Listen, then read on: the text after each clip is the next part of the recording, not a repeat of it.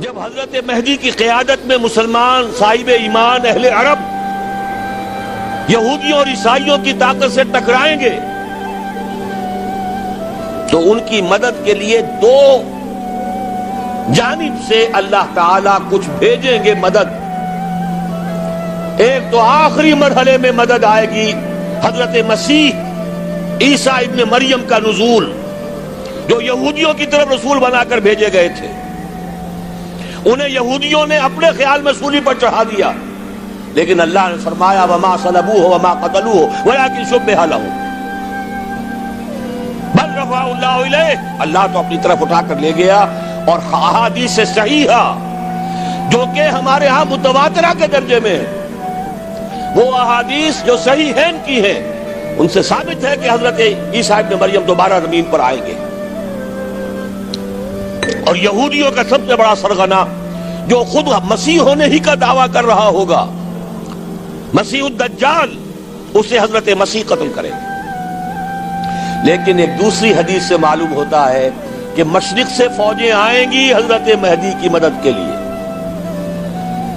یخرجون ناس من المشرق یؤدون للمہدی یعنی سلطانہ. مشرق کی طرف سے فوجیں آئیں گی کہ جو مہدی کی حکومت کو مستحکم کرے گی.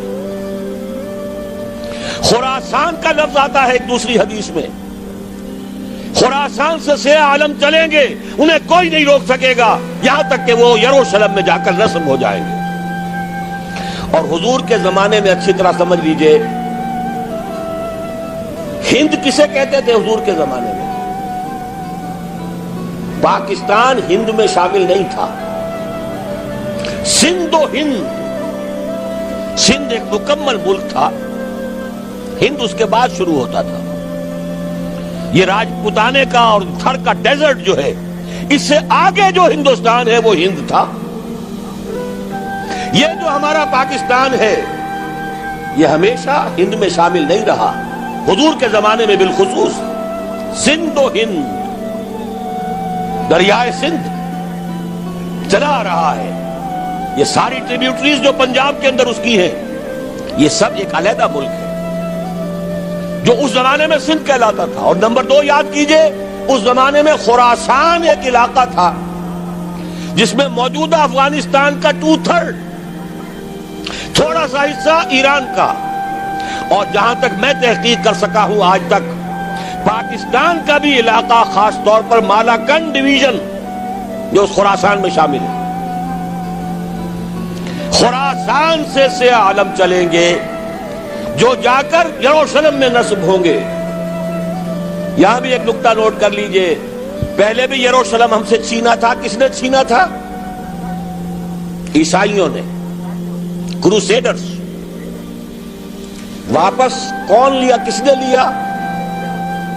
عربوں میں دم نہیں تھا، عرب عیاشیوں کی وجہ سے کھوکھلے ہو چکے تھے. واپس لینے والا صلاح الدین ایوبی، کرد خون. اب دوبارہ یروشلم لیا جا چکا. چھینا کن سے گیا؟ عربوں سے. عرب واپس لے سکتے ہیں؟ کوئی اندیشہ اگر ہو سکتا تھا عراق کے بارے میں کہ شاید اس کے ایٹمک دانت نکل آئے، جو سازش کی گئی، جس طرح اس احمق اور پاگل صدام حسین کو دام میں پھنسایا گیا. صدام 100 جال، دام کہتے ہیں جال کو، 100 صدام، اس میں جو پھنسا ہے تو اگلا پچھلا کھایا پیا سب اگلوا لیا. اور ہے ہی کون؟ اس کے پاس ایٹمک ہتھیاروں کا ذخیرہ موجود ہے، اور کسی کے وہ ایٹمک دانت بھی نکلنے نہیں دے رہے. پاکستان کے اوپر کتنا دباؤ، اور ہمیں نہیں پتا کتنا کچھ دباؤ قبول کیا جا چکا. یہ تو سبھی مانتے ہیں.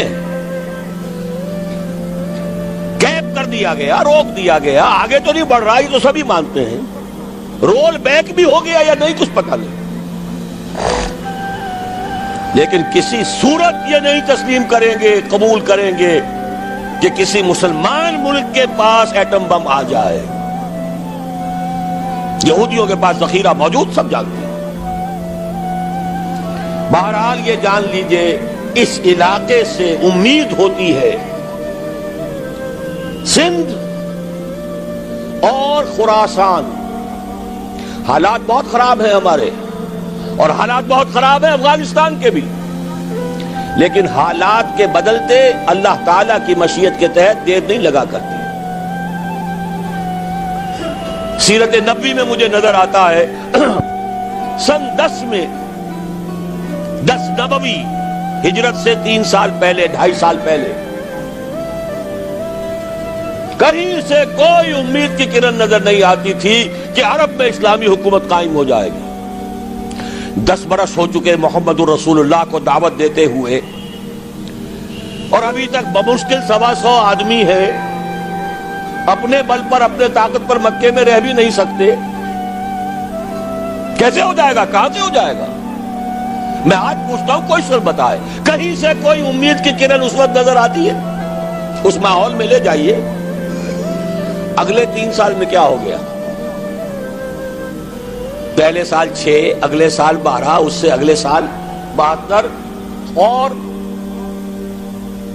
بیعت عقبہ ثانیہ ہجرت، اور وہاں سے اب حضور کی طرف سے انیشیٹ شروع ہو گیا، انیشیٹو.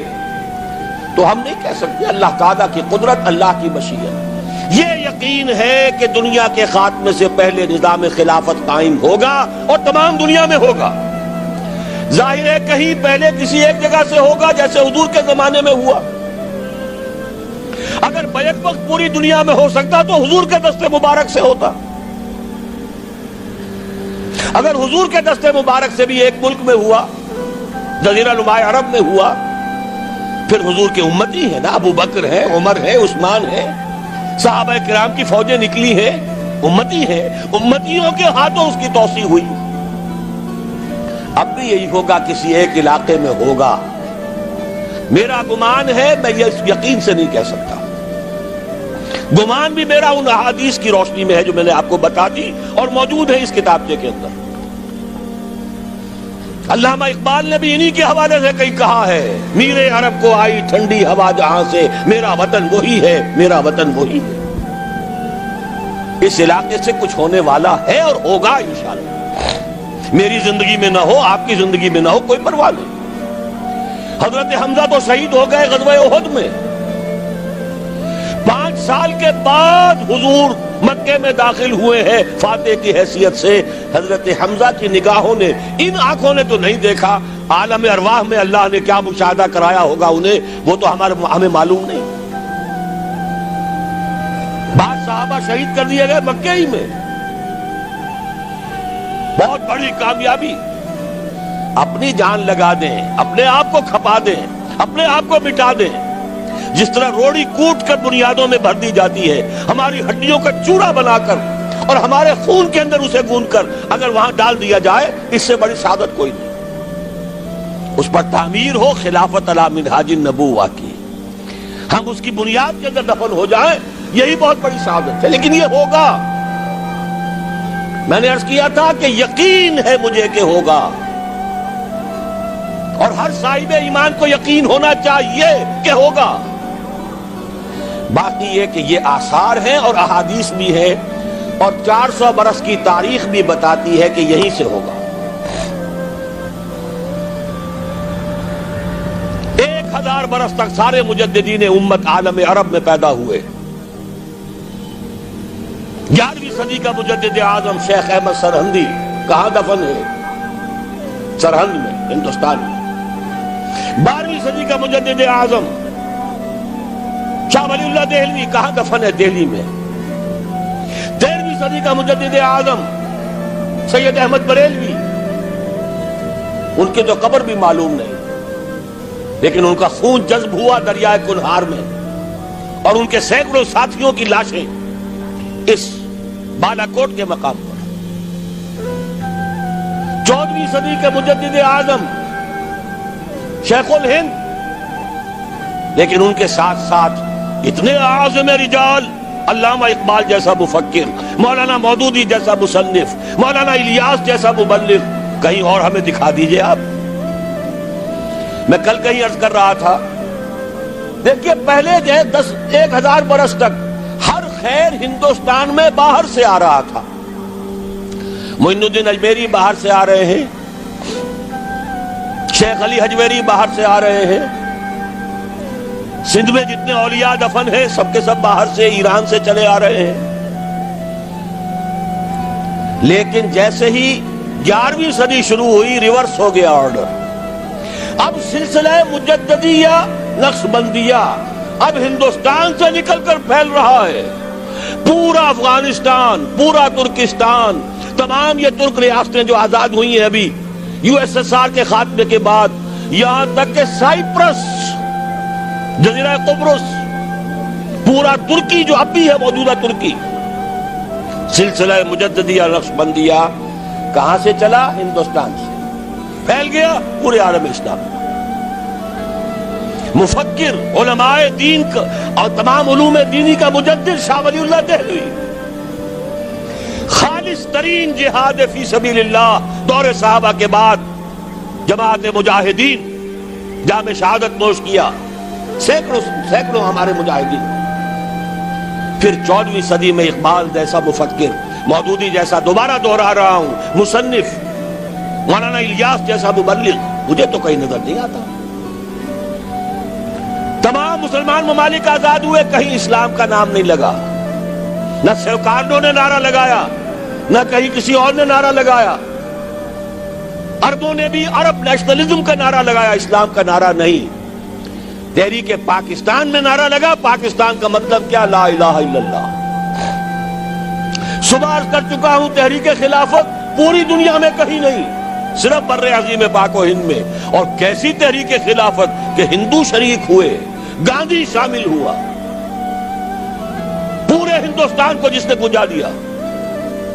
یہ دوسری بات ہے کہ جب خود مصطفیٰ کمال نے ختم کر دیا تو اب کیا کرتے؟ مدعی سست گواہ چست۔ نوٹ کرنے کی بات ہے، کچھ آثار ہیں، 400 سال کی تاریخ ہے، بتا رہی ہے پاکستان کا قیام خود ایک معجزہ۔ یہ ساری چیزیں مشیت ایزدی میں کسی بڑے خیر کا پیش خیمہ